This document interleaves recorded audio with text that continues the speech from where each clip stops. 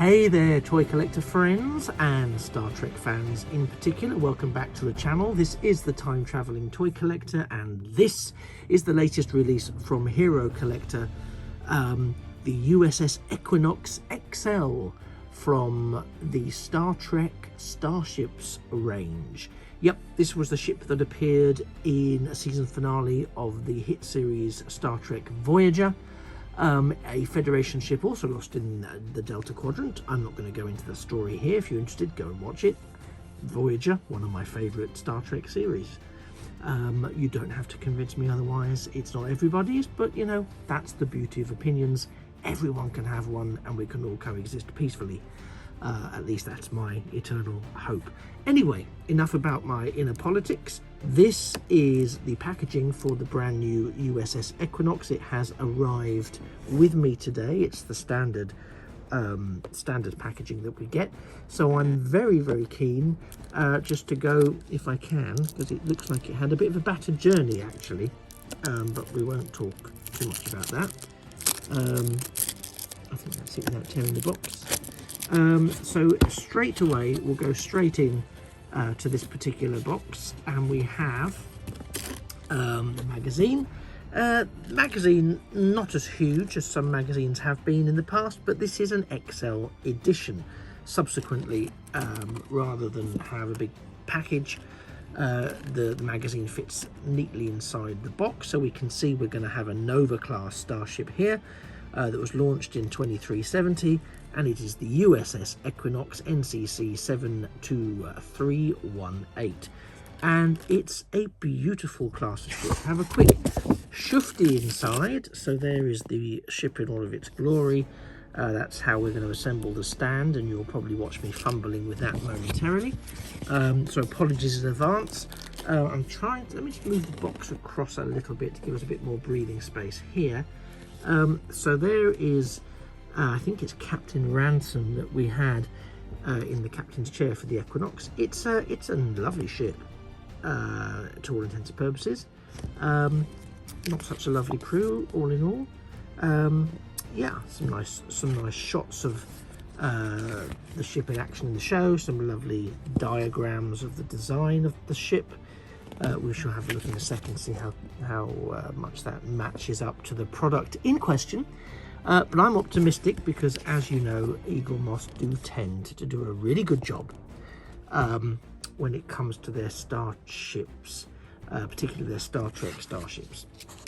I have had a few messages that say, are you interested in Battlestar Galactica? My answer is yes, I am interested in Battlestar Galactica, and yes, I do know. I do know indeed that Eaglemoss have produced some Battlestar Galactica ships as well, but I don't have anywhere to put them.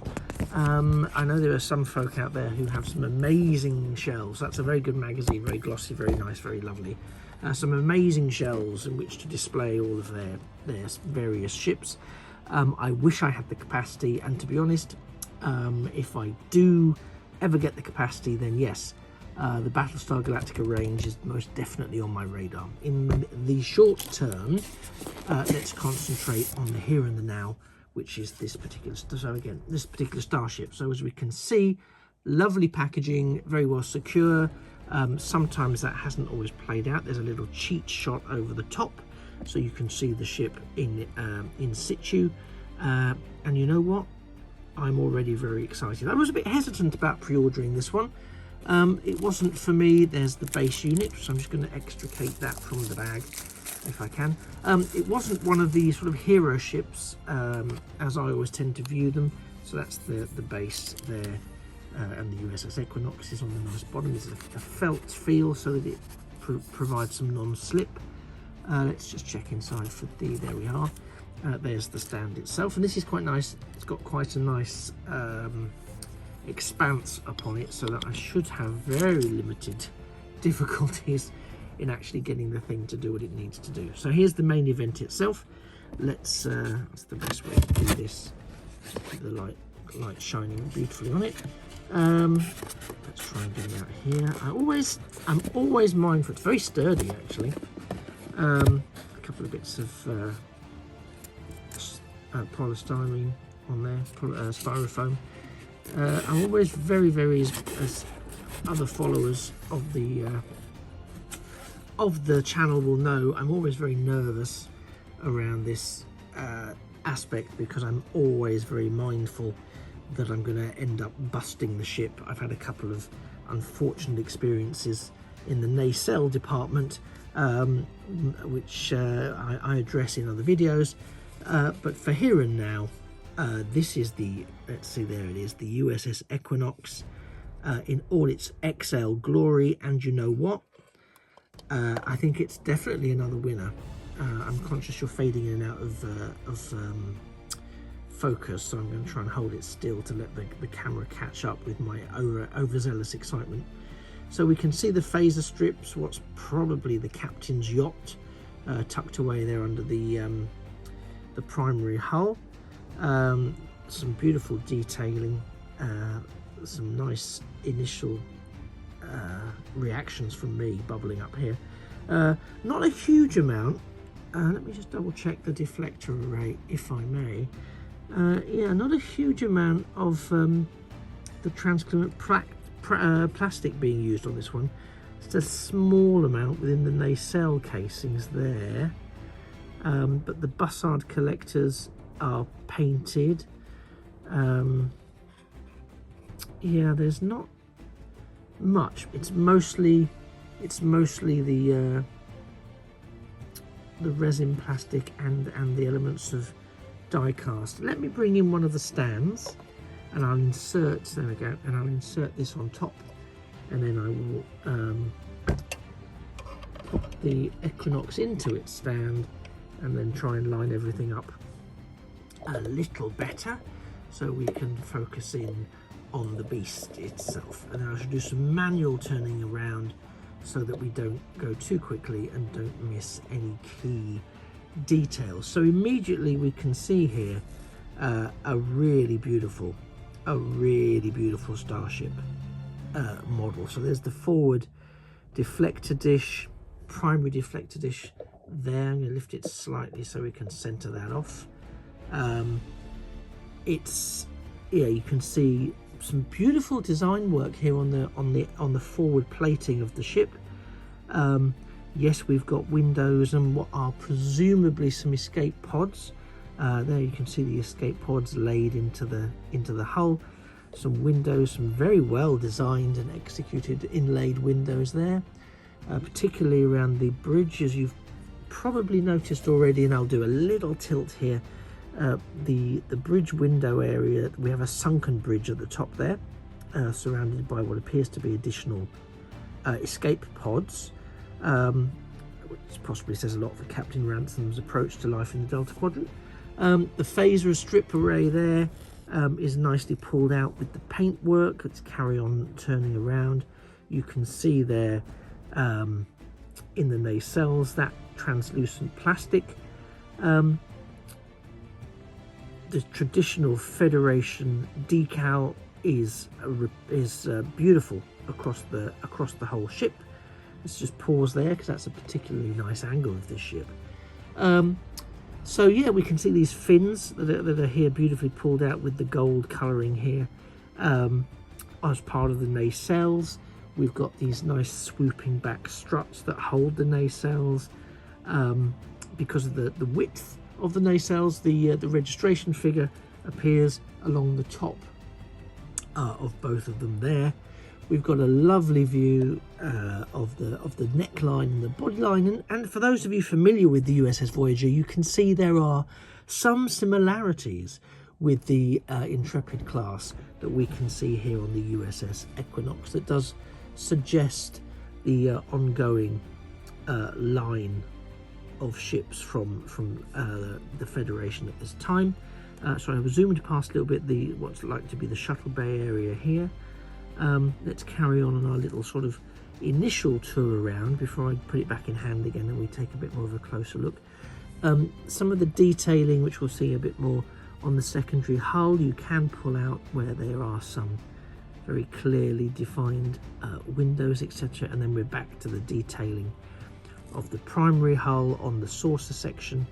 And again, I know you've heard me say this before, if you are a routine listener and follower of the podcast, of the videos, that Eaglemoss and Hero Collector do excellent work. They do excellent work with these starships, particularly this XL range. Again, as I've mentioned before, I'm going to take this into my hands so I can give you more of a view. So bear with me for a second as I come into the saucer section. But it really is the XL range that excites me and floats my proverbial boat. And you can just see, the panel detailing over the top of this ship. You can see the quality of the paintwork. You can see where we have the inlaid, all of the individually numbered, if you can see that, all of the individually numbered escape pods along the side there, and again on the very back behind the bridge section there. That's, to me, that's exceptionally good, exceptionally strong detailing. Let's take a look at the underside, and again we have some beautiful detailing. The phaser strips are there. As I mentioned before, that's presumably the captain's yacht. We have some more metallic paint that's really pulling out, as you can see, this panel work here and here. It's really exceptional. It's really, really beautiful. And there we have the main deflector array. We can see here, and I don't know, I might be wrong, I haven't read the magazine yet obviously, but these may be landing struts. We know that the USS Voyager has landing struts for entering and deploying on the surface. So I wonder, and I can't remember if it's in the episode, I don't think it is, but I think these are landing struts, and they're echoed here towards the back of the ship to facilitate the Equinox being able to touch down on planet surfaces and engage with the locals. So and again, that's a trait we see in the Voyager itself. So I wonder if it's something carried forward into this class of vessel as well. So hopefully I've been able to give you quite a nice line of the body there. I would just pause a second here to show you some of the detailing and the quality there towards the back of the saucer section. Again, even there on the neck of the hull, of the secondary hull, although it's really all kind of one hull, if we're honest. But you can see how well that's pulled out in the detailing. It's really exceptional work. I don't think, I know some people like what they do produce, some people are less satisfied. But honestly, I don't think you could look at this and be disappointed with the quality of the work that's gone into this ship. I think it really is exceptionally strong, an exceptionally strong entry into the Star Trek Starships fold.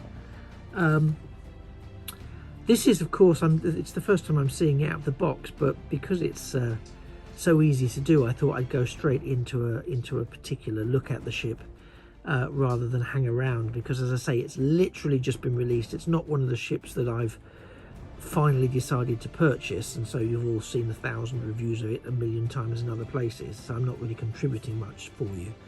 But as this one I know is just released, I thought you might appreciate me spending a bit, rather than just a quick unboxing and moving on.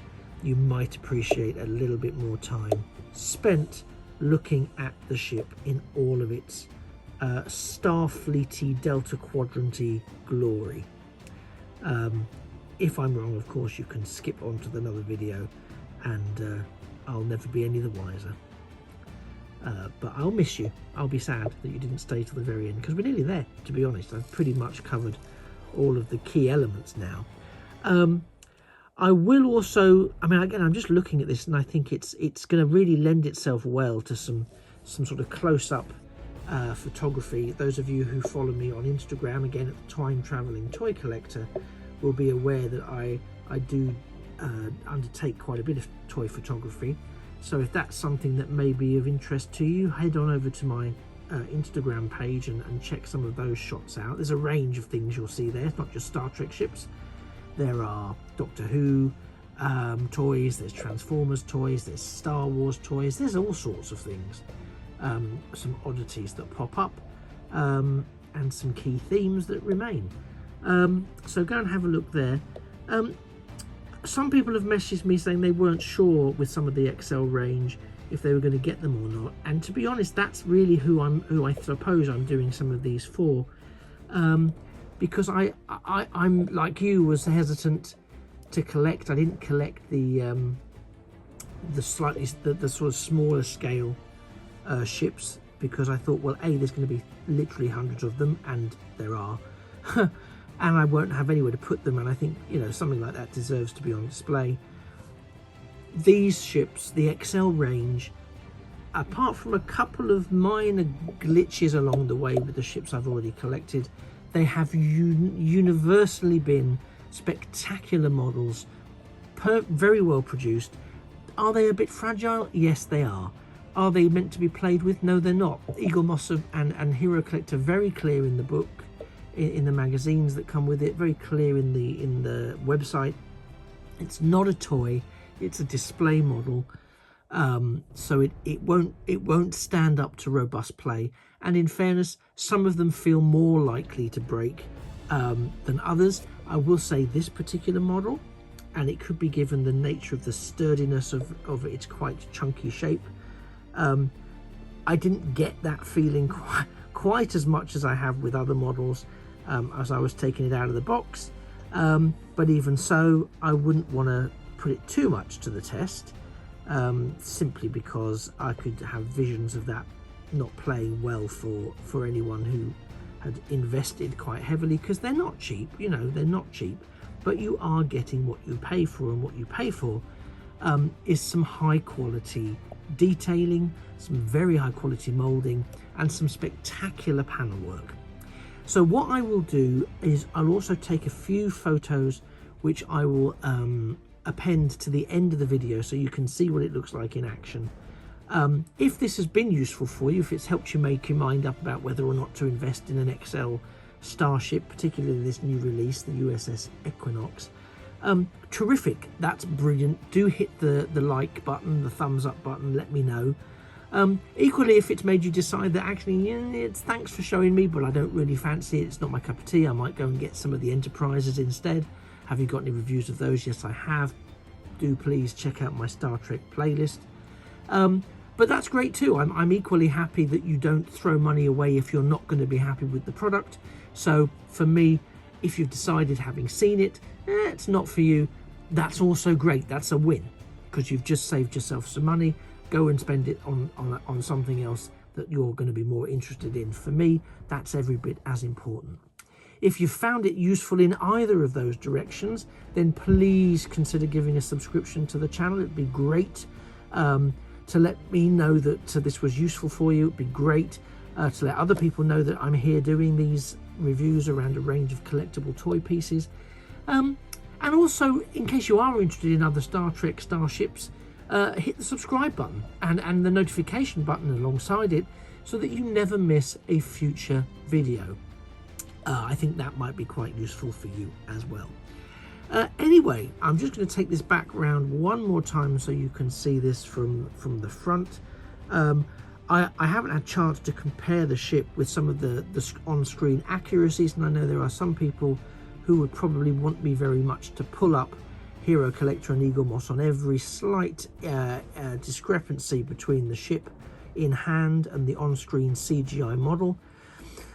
I'm sure there are reviewers who will do that. As I say, I'm far more interested in showing you what you would get as the product, and retain the level of positivity about the products. Again, don't get me wrong, if the product is not positive and my experience with it is not positive, I will be sharing it, and indeed have. But I think my initial gut reactions to this one is I'm very relieved that I purchased it. It's a beautiful ship, it's got heft. It's bigger than perhaps I suspected it might be, which I think was one of the things that was putting me off committing to it straight away. But yeah, no, I'm actually really chuffed with it. So it's a win, it's a thumbs up from me. But do let me know in the comments whether this is something you've already added to your collection. Maybe it's arrived by the time this video goes live. Failing that, maybe you've decided you're going to commit to it, in which case let me know, post some pictures, send me a link to your Instagram page. I'll happily come and have a look. I'm always interested to see what other people's photography looks like around some of these products. Anyway, it just remains for me to say thank you very much for sticking with me for the last 20 or so minutes. I've been the time traveling toy collector. You've been a fantastic audience, and this has been, as I smash it with my photon torpedo fingers, the Eaglemoss Hero Collector range XL Starship USS Equinox from the TV series Star Trek Voyager, available now on their website. Please do give it a consideration, and I look forward to seeing you in a future video. And in the meantime, keep safe, look out for yourself and each other, and always remember that a thing of beauty is indeed a toy forever. Take care. One to beam up.